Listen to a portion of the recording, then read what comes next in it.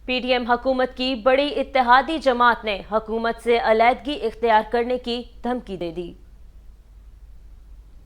MQM Pakistan के रहनुमा खालिद मकबूल सदीकी ने दीगर साथियों के हमरा प्रेस कॉन्फ्रेंस करते हुए कहा कि पीपल्स पार्टी धांधली और गैर कानूनी हल्का बंदियों से मैंडेट पर डाका डालती है।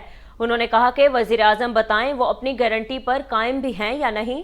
मजीद कहा कि हमारे लिए सब्र करना मुश्किल होता जा रहा है। सूरत हाल ऐसी रही तो जल्द फैसला करेंगे कि हुकूमत में रहना भी है या नहीं।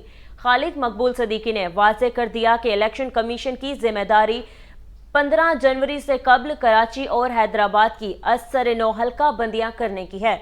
उन्होंने कहा कि जब इलेक्शन शफाफ नहीं होंगे तो पुरअमन कैसे हो सकते हैं।